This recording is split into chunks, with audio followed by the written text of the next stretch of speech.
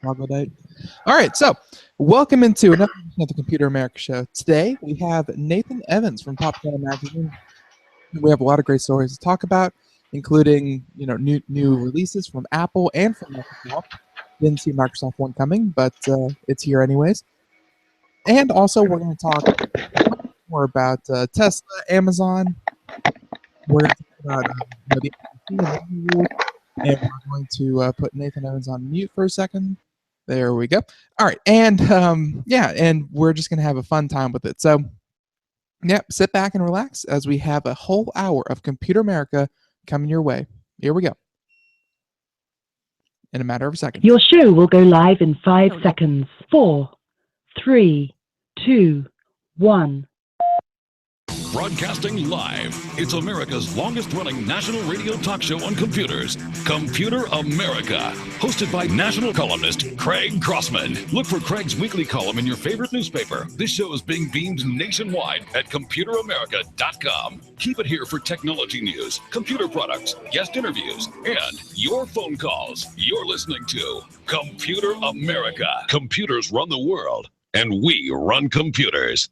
Call us or send us an email to live@ComputerAmerica.com. Hello and welcome into another edition of the Computer America Show. It's the nation's longest running, nationally syndicated radio talk show on computers and technology. I hope all of you are having a wonderful, wonderful Friday out there. And we have a great show planned for you because, the ever talented and beautiful Nathan Evans joins us once again from Popzara Magazine. And we have a lot of great articles to talk about and a lot of great topics because some legal and some new products, and Microsoft really swung for the fences on this one, and Apple played it close to home. I don't know if those are accurate baseball references, but that's the best I can do. I mean, I run a tech show. I don't know what else I can do, but we're going to talk about that and more, and recent tech goings on, as well as having a social media winner of the week, where we are going to give away a prize to one lucky listener who was ever so kind and ever so generous to support Computer America on social media. And of course, you can find all of that and more, including show notes and links to the articles that we talk about here today, on ComputerAmerica.com. Right there, and it says Computer America, Nathan Evans, Popzara Magazine. Click on that and you will find links to, of course, Popzara. You will find links to all the articles and everything we do. So if you're working, if you're exercising, if you're doing your thing, you can find it in one place after the fact, as well as, of course, the archives. And I think with that being said, I don't want to take up too much time here because I really want to get into this. Nathan's always a fun person to talk to and a lot of great ideas and opinions.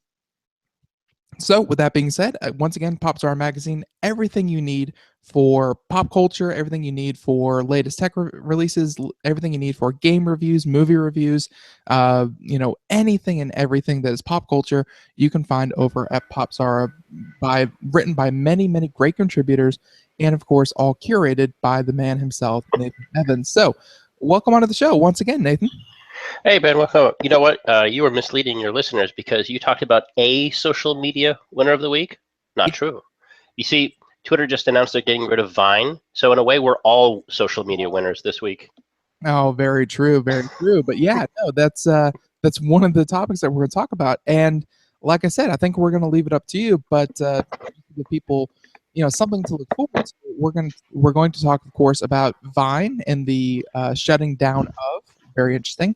We're going to talk about the FCC and their new rules, as well as new products from Apple and Microsoft. So, no wrong answer. Where did you want to start?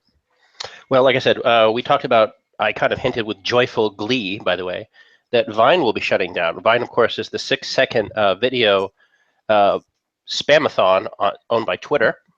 And what's interesting is that there's been celebrities. In fact, I forget the guy's name, but there was just an announcement today that Netflix is going to take some Vine celebrity and give them their own show. And I use the word celebrity interchangeably with influencer because to me, the next step is enabler. And so I would never want to enable a influencer to be a celebrator. So but in the world of real words that make sense, Vine never caught on. And we talked about this on the show, and I got steamy hate mail from people about how I poo-pooed Twitter and I said it's on its way down. Well, here we go. Here we go. It's the next step. Twitter doesn't make any money. It's run by an asinine idiot. And Vine, which was actually a decent idea, all things considered, was the first thing to go. It's going to be axed. So there you go. Social media does not matter unless you're selling something. By the way, you can follow me on Twitter at or at. No, it's true. I use Twitter, but I understand how Twitter works, and I understand how it doesn't work. And so I'm very cautious. Everything is very deliberate on there.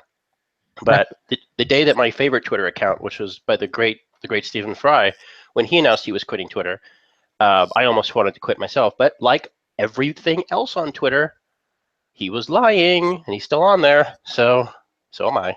Yeah, Twitter has had this issue where, I mean, their company, they were found, like they raised millions and untold millions of dollars in angel funding, I think they call it, or capital funding, where big investment firms give them gobs of money, and they've been running off that for ever since their inception. Like they've been trying to figure out ways to monetize, which seems to be a really hard thing for a lot of these companies, where they build massive infrastructure, but then there's no way to turn a profit from it. So yeah, they may have enough cash on hand to run for another 5 or 6 years without ever having to turn a profit. The ultimate goal, and even if it's at the cost of gutting what your medium is, it's the ultimate goal is to turn a profit. And Twitter and the acquisition of Vine just didn't Yeah. do that. At some point, I mean, you can have billions of followers and this and that, but at some point, you have to transform that, again, influence into money. You have to turn it a profit. And again, I think Twitter is a magnificent little service. I think they've taken something that was once a limitation, which was short character limits on text message, and turned it into something extraordinary. It's basically the internet's version of haiku, However, I don't think Edo or some of the haiku masters or Uno would appreciate some of the foulness that comes from Twitter. And by foulness, I'm actually not referring to the racism or the sexism and the misogyny or the misandry. Yeah, I said it. Or Gamergate or this gate or that gate. I'm actually talking about the censorship that Twitter's been doing. See, I can tolerate someone else's naughty words. I'm an adult. Words don't faze me. They don't break my bones. But Twitter seems to think that they have the all intents and purposes to censor people they don't agree with. And it just so happens that the people they censor just, Ben, they kind of tend to always be on the same political spectrum, just go figure. Mm-hmm. So when you start doing that, all the monkeys at Twitter cheer and they give each other high fives like MailChimp monkeys. But the fact of the matter is that it's an erosion of trust in the stability of a system that has no right outside of its own corporate entity to censor people. And the idea that someone is entitled to a blissfully perfect Twitter environment all the time is ludicrous. I understand this is the way the internet is set up, that you are entitled to be completely immune to hate speech, to bad speech, to insult, and you're allowed to do whatever you want. But that's not how the real world works. And so because Twitter doesn't mimic the real world, they live in fantasy land. And in fantasy land, you can get by with cookies and rainbows and happiness. But that doesn't work. There are so few places, though, that truly and honestly do that. I mean, I'm an avid Reddit user, but I know that Reddit has taken down posts, and I know that if you follow certain subreddits and things like that, they block content that they don't like for their viewers. Well, yes, absolutely. In fact, last year, I think it was last year, there was a Ellen Pao, of course, the female venture capitalist who sued her company for sexual harassment and lost, by the way, who became the CEO or CFO or one of those FOs of I like to say FO to her, but to Ellen, of Reddit. Yeah. And immediately she started imposing restrictions, not just on Reddit users, but on males who were negotiating. Yeah. She attempted to apply a very misandrous system of unfairness at Reddit, and then Reddit users rebelled, and she was let go. And it's no joke that the next company she's terrorizing, which is a company that promotes inclusion, just separated ways with internet billionaire Peter Thiel. We talked about this before because he supports Donald Trump. The same people who cannot stomach the idea that other people will disagree with them. And to their credit, Mark Zuckerberg, I don't know if this was a ploy, but he made a big deal last week. There was a news story, you remember, where a bunch of Facebook employees wanted to censor Donald Trump. Right. And he said, no, you can't do this. Now, that could just be for show because Facebook was caught censoring news feeds. Again, as I explained, only one way for a very specific political Well, persuasion. not So not just censoring though. What Facebook ran into was that they and again, it's censorship by just human nature. Their newsfeed or their trending newsfeed was picked by kind of an yes, algorithm, but curate. curated by hand, and those who are curating only let through what they thought was relevant, and just natural human bias. The news and trending feed on Facebook was biased against certain political views, like you said. Well, again, this doesn't happen in a vacuum. People are by their very nature biased creatures, of course, and no one's asking you to be unbiased. But again, when Facebook assumes the mantle of journalism, which they have, by the way, again, the very definition of news curation implies journalism. Right. They fail to practice the very, very, very, very fundamental thing of objectivity. And again, these people are not trained. They're engineers. They're probably tech support people. They have their own biases. And they're very representative of the mainstream media, and that you must allow the free flow of information that is not compelled by your bias. And this is something that takes training. And sometimes it takes education, but there's no appeal to that. So that's why you keep hearing this appeal. You do hear an appeal towards, oh, you must censor this, you must do this. I don't blame them, Ben. These people have never been exposed to historical accuracy. They've never had to deal with their own bias being thrown back at them. And so on one hand, I applaud Mark Zuckerberg for taking a public stance. I don't know if it was, again, for show, but the fact that he was willing to make that concession. And I think it's because a lot of people from that persuasion, the conservatives, the independents, the libertarians, basically the non-progressive liberals, they advertise a lot on Facebook. Mm-hmm. And a lot. In fact, they're a big group, and they need that money. So again, capitalism wins. We will force you to be fair. Yeah, That's how it works. I mean, it's to be fair, but I think the takeaway from this little, and yes, it is definitely a segue from where we want to go back to, which is the Vine thing. But I think people really need to understand that no matter where you go and where you think that you get your news from, like, it's always going to be biased. It's always going to be excluded of certain stories from certain points of views. Nowhere really, maybe Popzara, I don't know, but nowhere really. That's not, well, can I interrupt you for a second? We talked about this before the show, and without saying names, I recently did this myself, where we published a piece of content that a particular editor disagreed with, and the editor, who I won't mention, left the website. Mm-hmm. And I'm sad to see this person go. I'm especially sad to see this person go. And if this person is listening, you know who you are, and trust me, they are listening. I wish you had been more open-minded about your decision. However, I'm not going. Your decision to leave does not compel me to change my way. My way is the free representation of all sides of an issue, and that includes, and that must include those sides we do not agree with, and to have a dialogue about things that we disagree with in ways that we disagree, because that is the exchange of not just information, the exchange of courtesy and respect. It flows both ways. If you expect me to respect you, and I hope you do, I will respect you. And that includes if I disagree with you. And here's the kicker, Ben. I don't know if I disagree with you until we have that dialogue. Right. You may rock my world. You may open my eyes, and I'm hoping I do as well. Isn't that amazing? But that dialogue and that conversion, that sort of,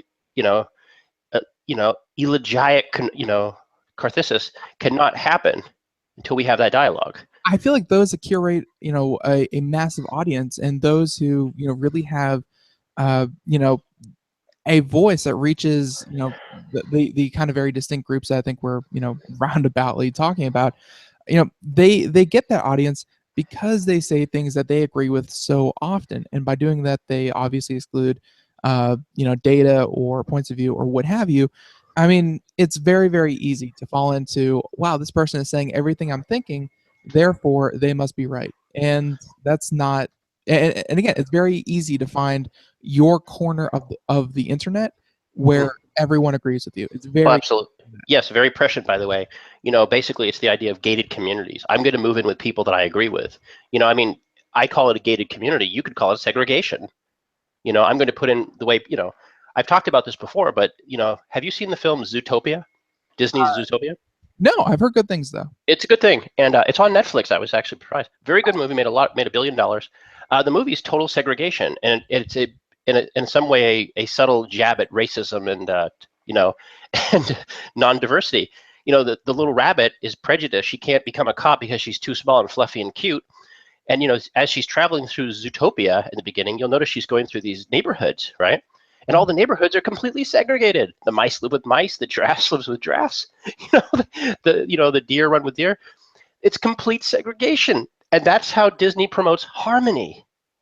So, whatever happened to the melting pot?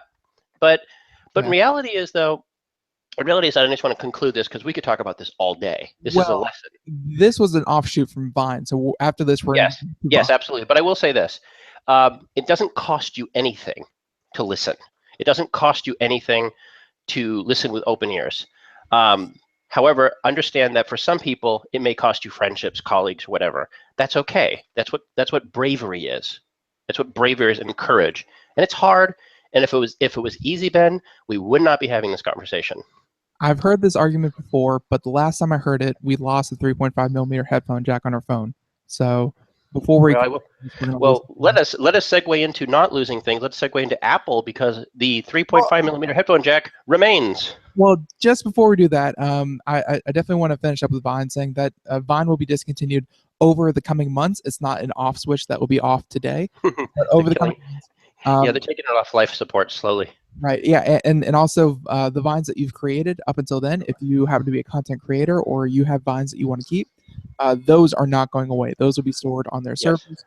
But going forward, Vines will no longer be an option. But I think video on Twitter is still a thing. So that's I do feel a little sad because 6 seconds isn't a lot, but people have made some extraordinarily funny things on Vine. And the best thing in the world would be for YouTube to buy Vine and integrate it because that would be a perfect match for their live streaming. But it's not going to happen because Twitter is run by an imbecile.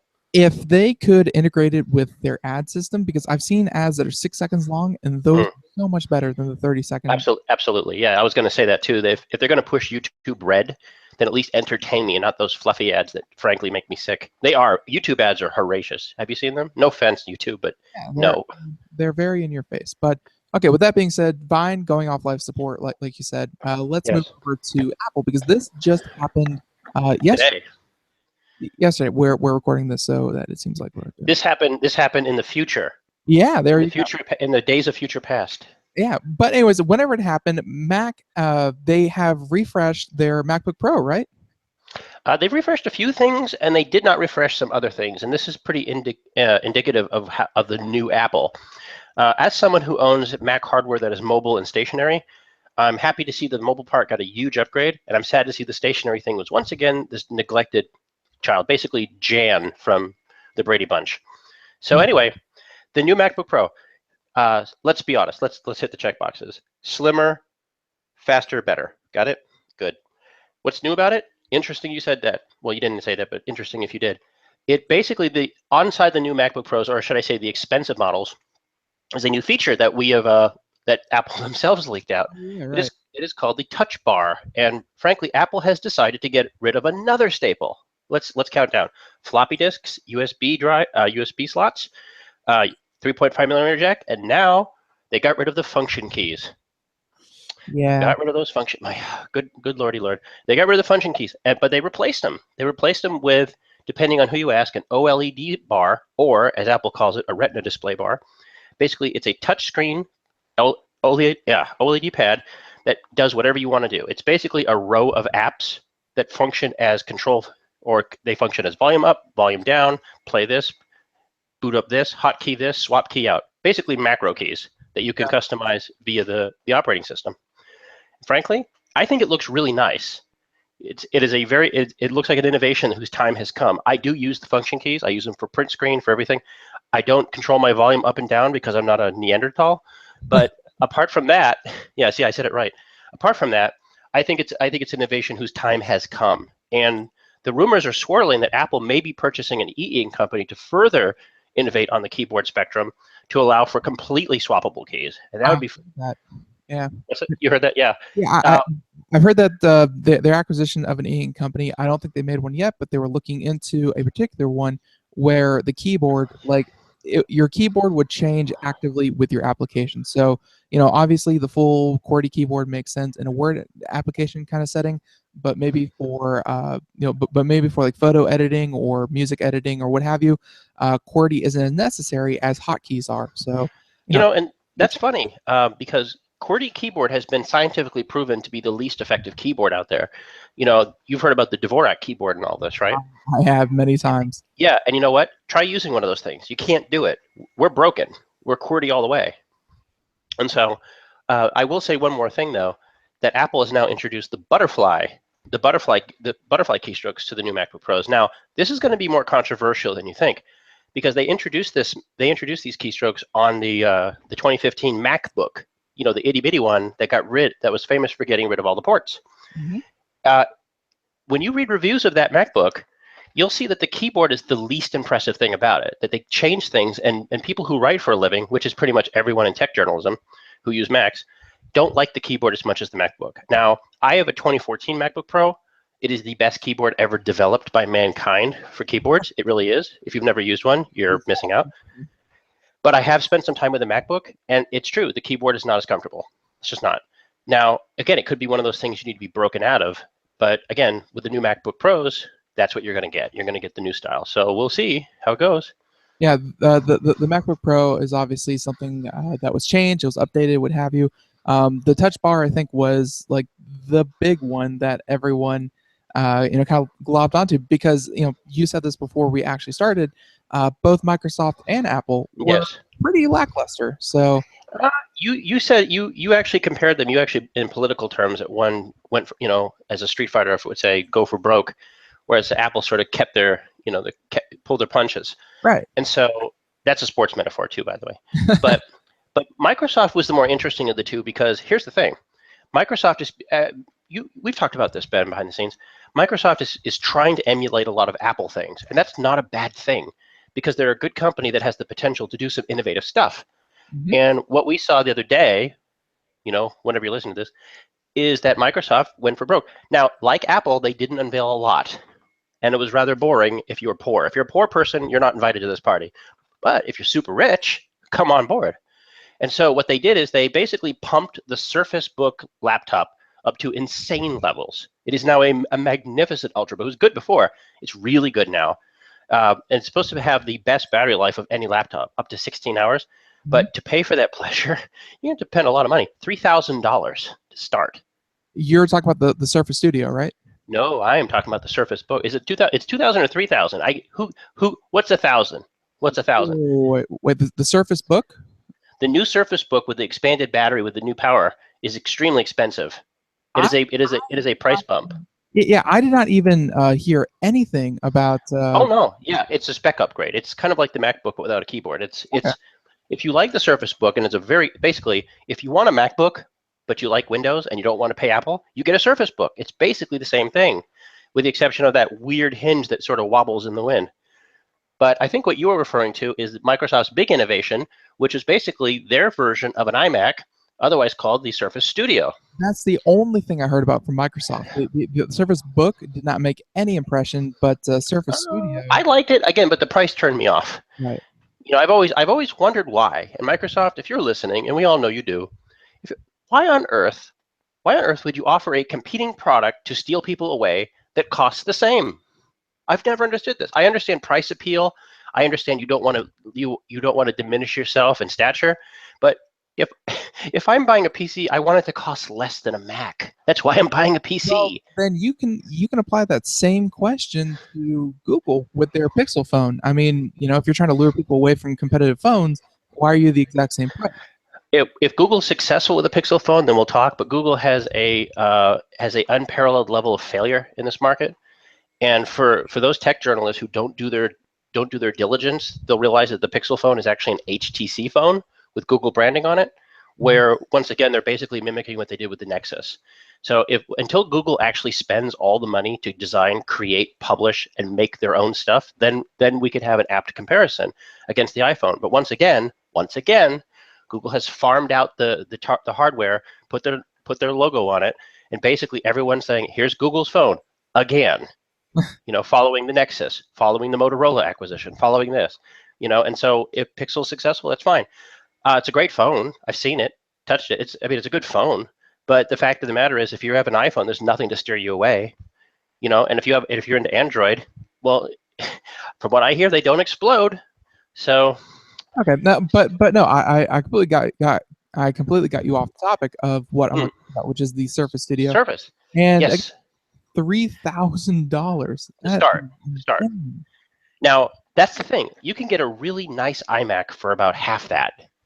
And iMacs have been famous for that. iMacs haven't really changed too much, but let's be honest. iMac has eventually evolved from a big, chubby, translucent, ladybug into a nice, svelte, skinny supermodel. But essentially, it hasn't really changed apart from being the best all-in-one PC.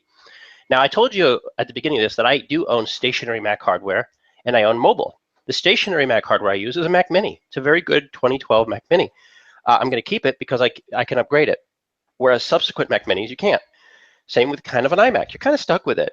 And so I already have my own monitor. I don't need a built-in screen. So the idea is that Mac sales have actually gone down for the first time with Apple in a few years. They've actually decreased sales. And the problem is because there's no intermediary Mac.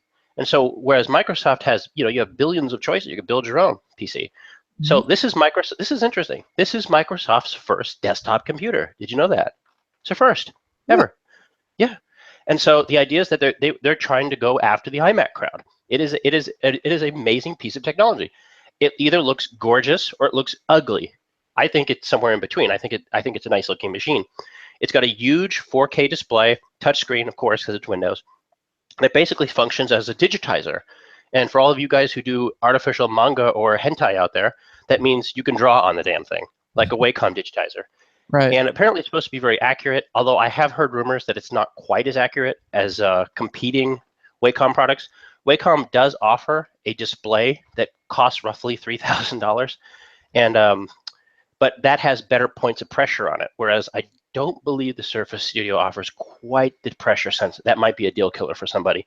Right. But Microsoft is not going for grandma for this. They're going for people who do work for a living, cartoonists, animators, people who actually use their PC to do something other than download porn and play games. So what they're looking for are cartoonists. They're looking for graphic designers. I know my own editor, Herman Exum, who's I believe you've met before. Yep. He's a good friend with Wacom, and he's led to send us stuff, and he's interested in this too. He wants to use this. He wants to play with it. But at $3,000, again, this is a very niche product. Very, very niche. And if you saw the video, like I didn't see the keynote, I just saw the video. And that might have been all they announced, but with the video, they definitely show that it kind of tilts up. You have a drawing surface. They have this little hockey puck looking thing that's like another control knob. But no, it's definitely for artists. Like they didn't have someone with a video game there, sitting in front of it, staring at this huge screen. Exactly. It was hands-on. It's powerful enough to. It's got a 4 gigabit video card. It's okay for gaming. You can play some light gaming. Overwatch is going to run really well on this, but it's not a gaming machine. It's completely not upgradable.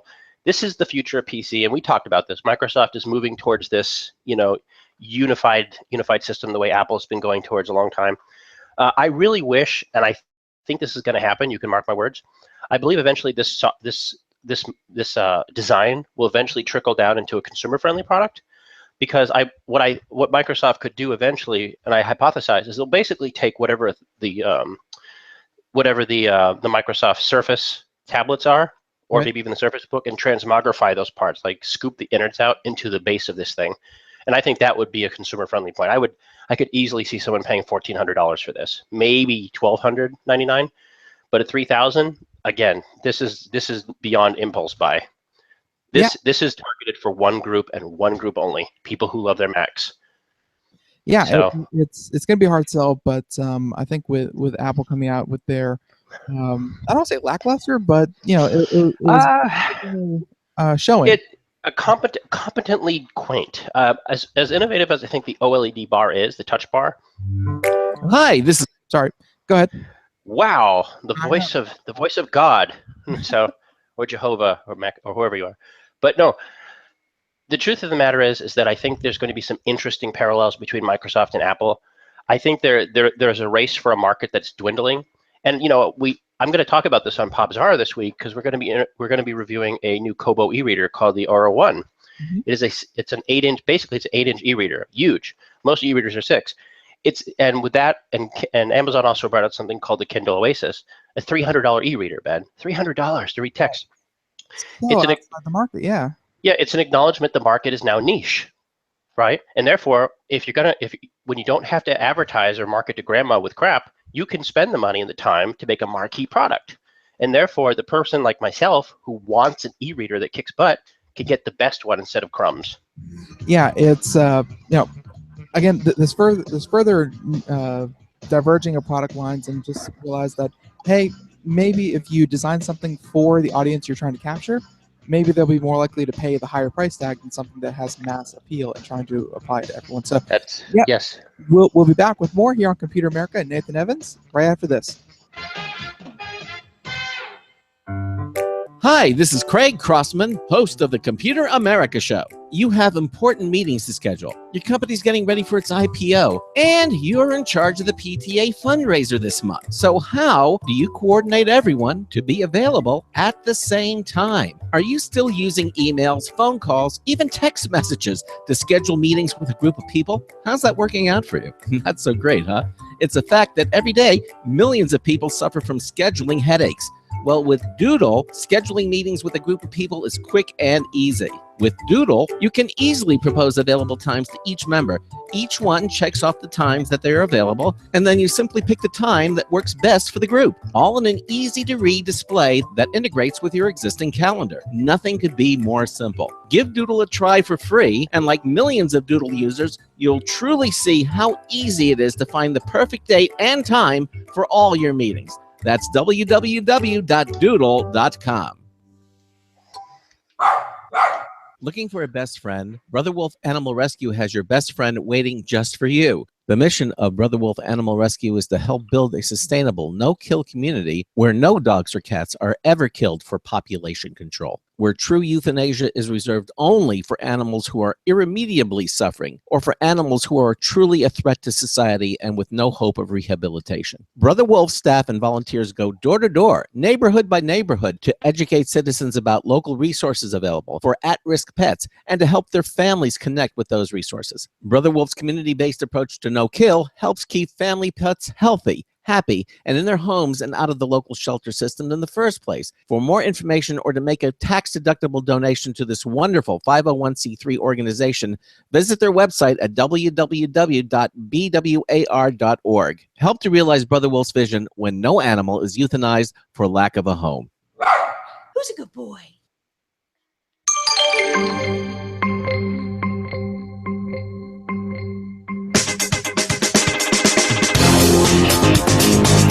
No, I don't know why a UPS doesn't have a backup light. Hi, I'm Marty Winston with a News Tips Bulletin Review for Computer America, this time Onyx Beacons. You don't need a pair to use the Bluetooth beacon service, so nearby transmitters can trigger events in handset apps, from product promos to directions across a campus or a building to where you're going. Onyx Beacons make some delightful transmitters. They can be Apple side iBeacon or Android side Eddystone units, and they have online tools for running campaigns with it. Their smaller Beacon 1, midway between the size of a checker and a York peppermint patty, runs for months on a coin cell. The larger Enterprise Beacon, about as big as a DVD 10-pack, uses 2 4 AA cells for USB power. Their hand setup had no problem seeing and identifying all 6 of the units they sent us. Bottom line, we have plans for deploying Onyx Beacons in our project house, and we couldn't be happier with how they work. Marty Winston, News Tips Bulletin for Computer America. And welcome back to the Computer America Show. It is 33 minutes past the hour as we continue on here. And we have the entire hour here with Nathan Evans. And we are kind of going over the news of the day, and that can include everything from the new iMac, the new MacBook Pro, and the new Microsoft Surface Book, and of course the MacBook Surface. MacBook Surface, Microsoft Surface Studio. Freudian slip. I know that. So, I'm looking at 2 different articles. One's Apple, one is Microsoft. But I'm looking at here, and I got to be honest, the specs for this thing are pretty good. I mean, of course, 1 2 terabyte hybrid drive, lots of RAM, 32 gigs of RAM. Like you said, a decent graphics card, not high, not super high end. I'm surprised that they didn't go with any kind of NVIDIA 10 line. They went the old 9 line. It's yeah, because let's be fair, it's not a game machine. Yeah, so they skimped out.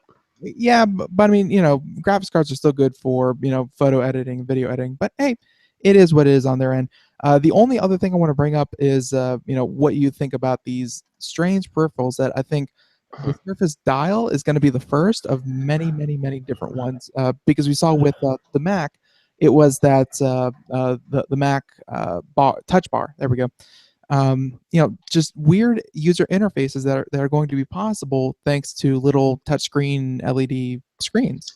I don't know. I think again, this is something that's different about Apple and Microsoft is that Apple gets away with doing gimmicky stuff like Touch ID and Apple Pay because everybody has it. It's unified.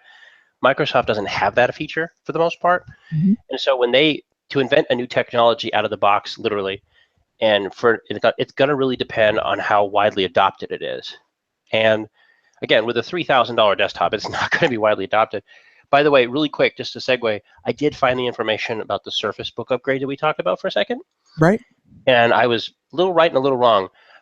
It's usually upgrade. I sent you the link in the show notes, but it starts at $2,400.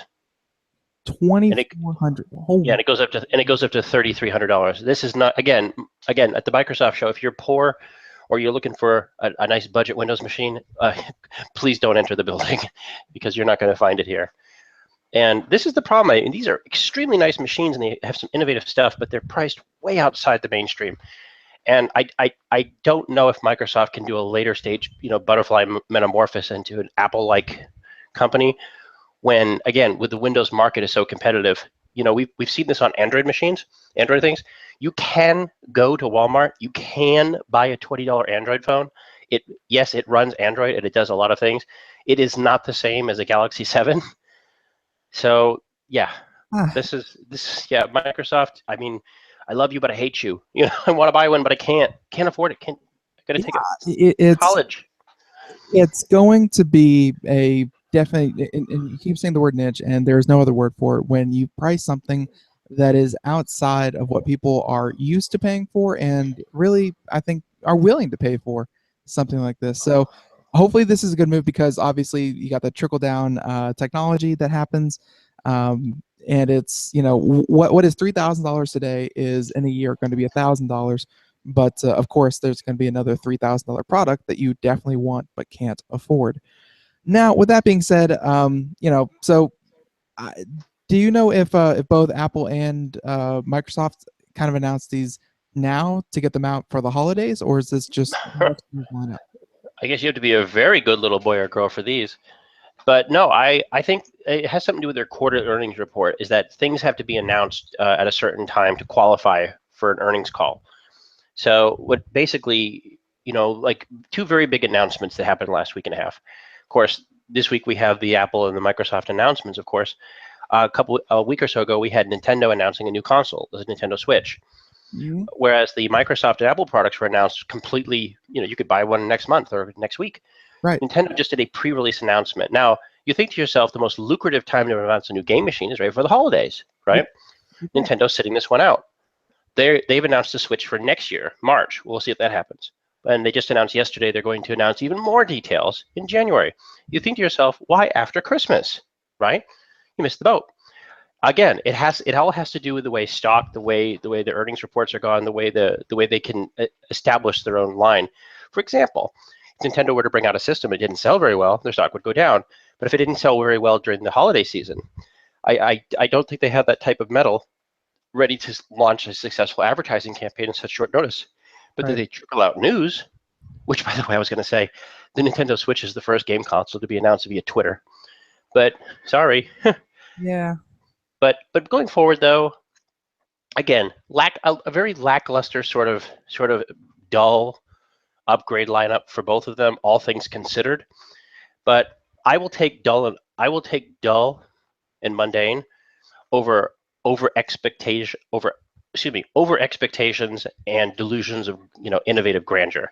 Right. So I'm happy with what they announced, but I'm happy as a spectator. I will not be buying any of these things. They're too expensive. And Apple, you missed out. I was looking to upgrade my Mac Mini with a new machine, and you're not going to get my money because you don't have a new Mac Mini.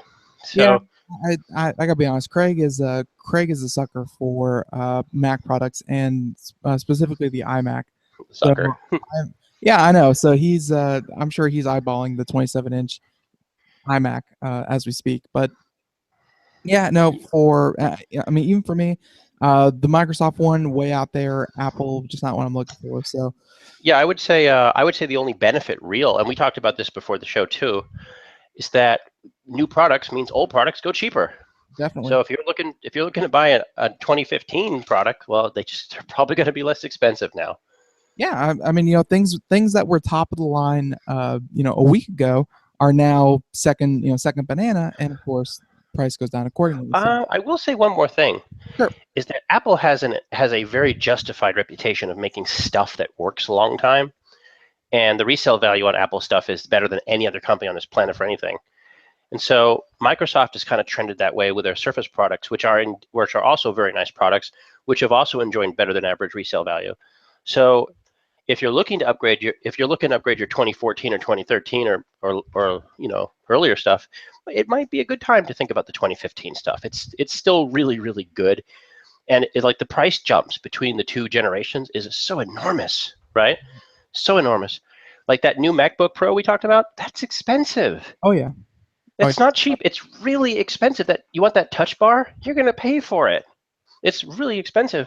And they do have you can't see me, but I'm making air quotes. They do have a cheaper new MacBook Pro, but it doesn't have the touch bar. It doesn't have the Touch ID. It's just, it's just lighter and slimmer, faster. Yep. So tips on how to be a savvy consumer, brought to you by Nathan Evans. Okay. How to be cheap. Let's get it right. Savvy, cheap, same word. But moving over to different conversation, I have a few more stories I wanted to cover, and I'll let you pick. But on the docket, we have, of course, Amazon is suing more and more buyers of fake reviews, and Amazon they have made their living off of not just giving you anything and shipping it to your door in 2 days, but they've made a living on having people leave reviews, and so people feel educated before they buy something. So we can either talk about that, or we can talk about Tesla, and we can talk about how they've finally turned a profit, which is good. Or we can talk about the FCC rules and how internet providers are required to explicitly ask for your permission before they sell your browsing data and behavior to third-party advertisers. Let's get the fake advertising thing out of the way real quick, because that's an easy thing to talk about. Sure. I feel nothing for Amazon. They've encouraged this, and this is this thing going online. We have when you allow users to leave feedback. First of all, when you have things like Amazon, when you have things like old Barnes and Noble or Yelp or whatever, it's become quite controversial to even allow this anymore. I mean, we've talked about this on the show where a lot of websites have sort of taken comments off stories, right?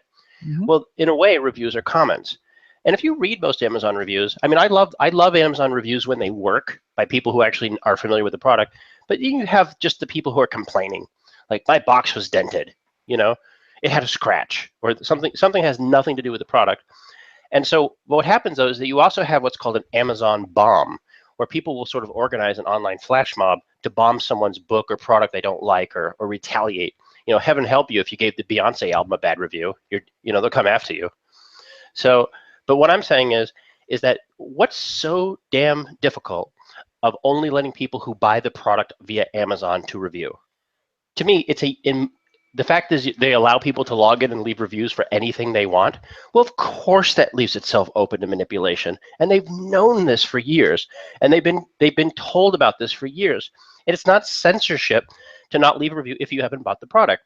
Similarly, on Valve's Steam, which is the game client, which you know very well, they've changed their policy where reviews given by review keys are no longer counted towards a game's product. And I got to tell you something. As someone who deals with these people on a basis, it's resulted in a reduction of available review keys. And I have to explain to people, your Steam review, the Popzara review, for example, doesn't count towards Steam. It's completely separate.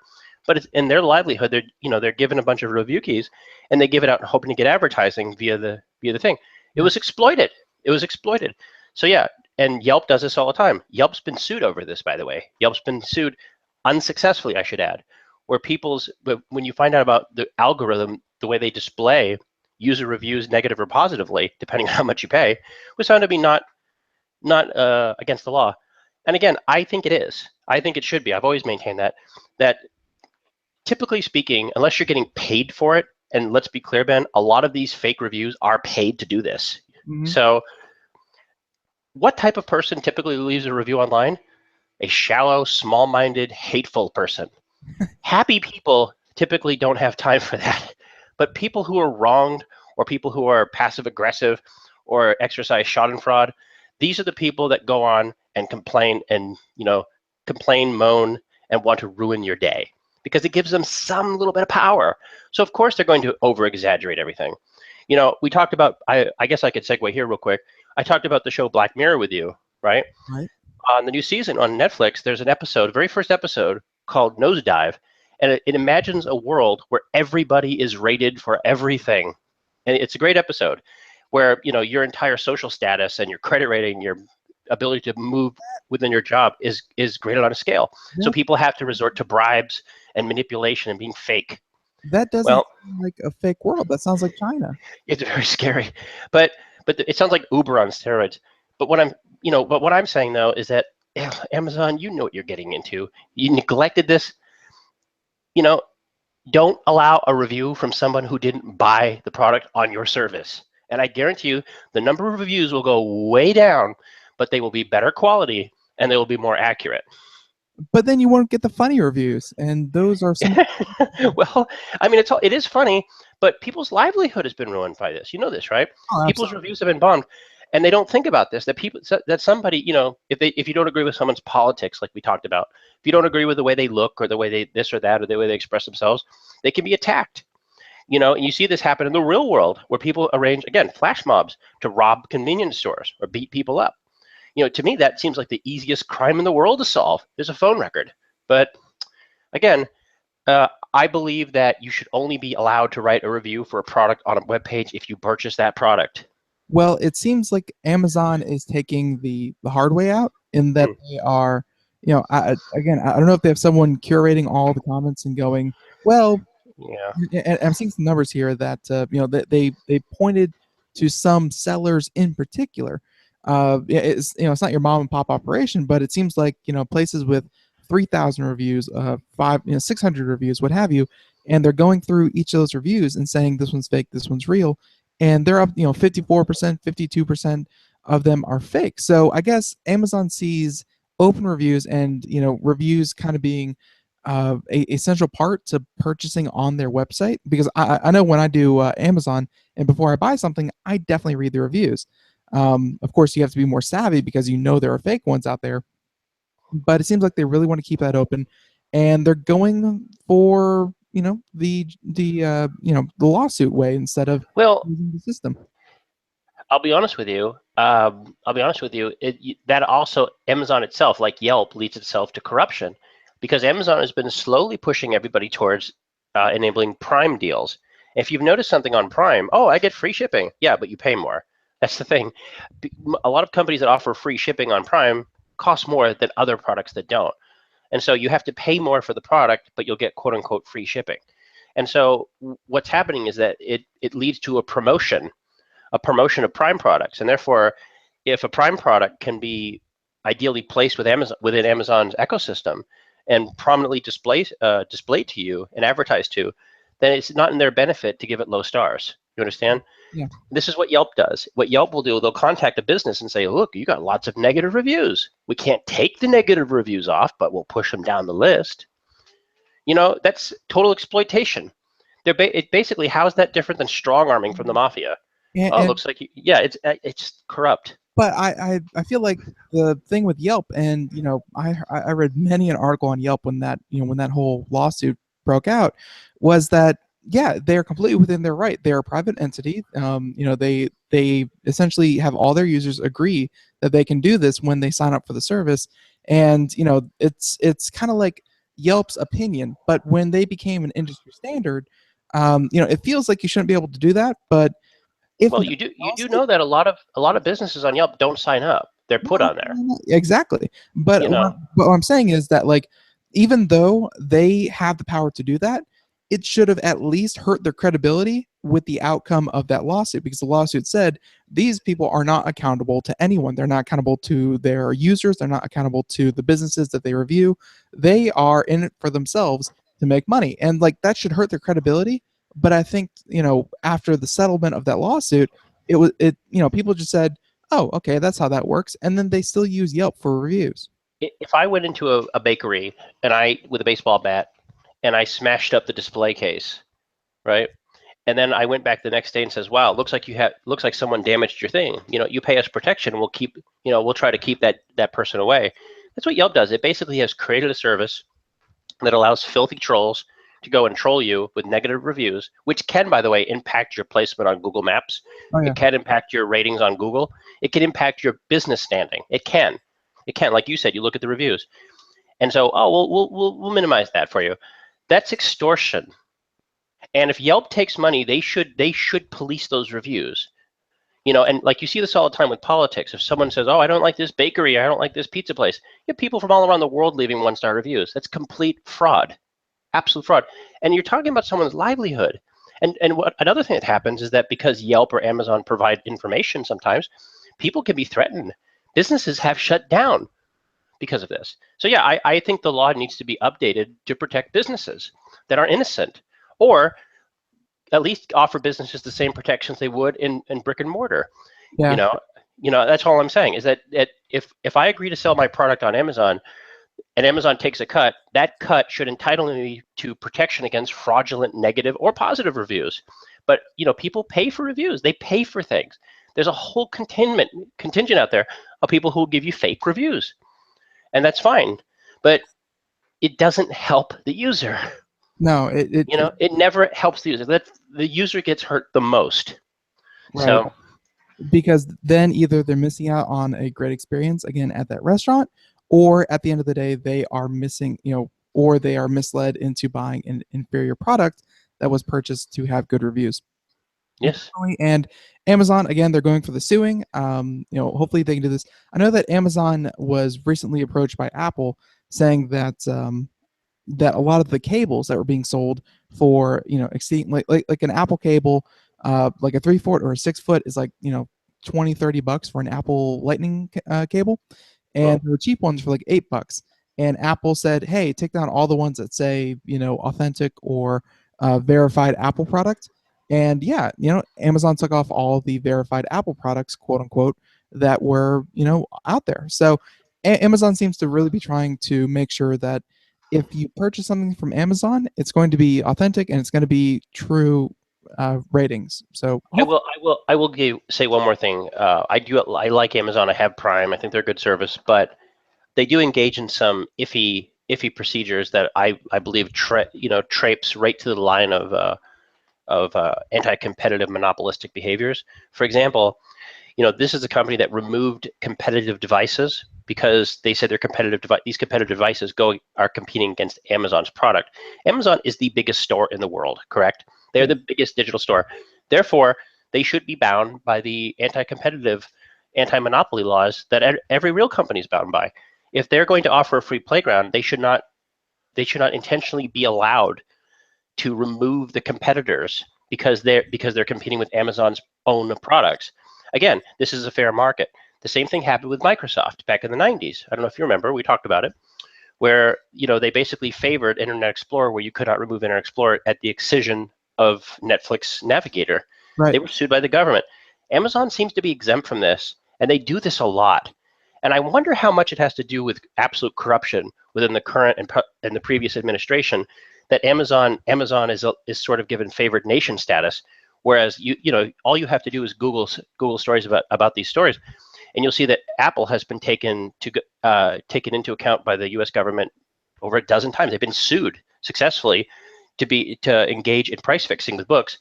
But by the very definition, Apple cannot be guilty of price fixing books because they are by definition not a monopoly, whereas Amazon controlled 90% of the book market, and Amazon has engaged in price fixing.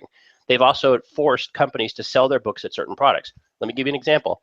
Lady Gaga came out with an album last week called Justine, correct? Mm-hmm. And if you were to go buy that album at Walmart or wherever, you'd have to pay $13. Amazon had it for $3.99. The reason they had it for $3.99 was to increase sales, and $3.99, by the way, is the lowest price an album can be sold and still be counted on the Billboard top-selling charts. I didn't know this. I had to research it. So Amazon can lower the price to be anti-competitive against their competitors, but they do this with books even if it's against the bookseller's wishes. They will force booksellers to sell books at a less price, therefore decreasing their profits. What Apple was doing was allowing booksellers to sell whatever they want and at whatever price they want. Therefore, they can get a higher percentage of value. Amazon has a history of doing this. I talked about the Kobo Aero 1 e-reader. Mm-hmm. It's not available on Amazon. It's a competitor. Right. Other Kobo products are. But you see, that's the thing. They took off Apple TV. They took off other devices because they were competing. Again, last time I checked, and I'm very, very educated on the subject of anti-competitive manipulators, when we have, Standard Oil or we have railroad tycoons, they were hauled into court. Apple gets hauled into court because they own 8% of the market and therefore they're price fixing.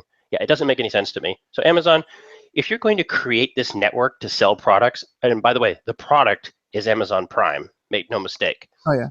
Then you should honor your customers, which include those companies that you don't necessarily agree with because they're spending money. And I guess what I'm trying to say is, to answer your question, the protections that protect the user like you and me should also apply to the companies on there. And that includes safeguarding them against fake reviews. Right. And I have made no bones about it. Like, I completely understand that Sam's Club and Costco have a business model, and it's not making huge profit margins on what they sell. It's the subscription for the privilege to buy there. And Costco makes all of their money from membership subscriptions. So I have no doubt that Amazon is working, sure, at both ends. They're making some money on every transaction, but also that Amazon Prime, I've seen it in more and more websites. It's getting more and more perks and benefits every single month, it seems like. So I know that Prime membership is really where they see their profit coming from. So yes, absolutely. Right. Absolutely. Now with that being said, I have one more topic I want to bring up, and absolutely. We're I'm just kidding. And we're going to have to kind of fly through this one because we have about maybe 2 or 3 minutes. So this is the FCC, and I really wanted to get to this because it has important implications down the road, because right now it's not going to change anything. Want to make that clear. But it's the FCC just passed sweeping new rules to protect your online privacy.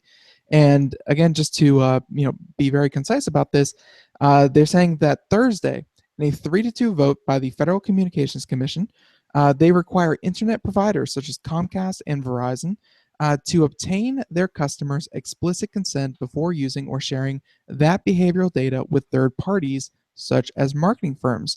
Now, Nathan, to bring you in on this, I don't think that you are the biggest fan of some of the rules set forth by the FCC, but I mean, even you have to be happy at some level that the FCC has said, and this is a quote from Tom Wheeler saying, "It's the consumer's information. How it is used should be the consumer's choice, not the choice of the corporate algorithm that collects it." So, how do you feel about this? I feel it's a good step in the right direction. I think what happens is that usually users are caught in a myriad of legalese, and let's be honest, they don't read the UALs. They don't read what they're signing. I just had a meeting on my day job. I have a day job, people, where I was talking to a rental agent, and we were talking about the way leases are, and this particular outfit said they spend about 25% of their resources on court cases because people don't read their leases. They say, I didn't have to do that because I wasn't aware of it. Well, you signed it. And that's why you start seeing these checklists, and you're going to see this concept trickle down more and more into consumer electronics, where people have to initial. It's basically, yes, I assert that I read this, and they have, 90 seconds. So I got to tell you something. I believe that customers should be protected from unscrupulous action, and it should be a right that you opt into this info sharing. You shouldn't have to opt out. On the other hand, like I said, who wants to get extra things? Who wants to get people calling you about buying laundry soap or insurance premiums just because you sign up for a bank account? Right. if I'm interested in your product, I will call you. I will contact you when I am ready. So 60 seconds. Yeah, it's obviously it's going to keep developing, and like we said, it's not going to take effect today because hey, a lot of these companies already have your information. Hey, if it ever takes effect, we all remember the do not call list. Yeah, that didn't work either. Yeah, they're working on that too. But in the meantime, we'll keep an eye on it, and of course, we will keep up to date. Now, Nathan, I gotta be honest with you. The next time you're scheduled to be on is Thanksgiving weekend, and we will not be live till Sunday. So I think, if you don't mind, we're going to reschedule you to the very, very beginning of December, and I'm at your disposal. Perfect. All right, Ben. so, perfect. We are going to schedule you for the first week of December, and it's going to be a lot of fun. And yeah, we're going to have a lot of things to talk about, including, of course, gifts and toys and 10 seconds. holidays. So with that being said, Popzara, Computer America, check them both out. Have a good one, everyone. Bye-bye. Bye-bye.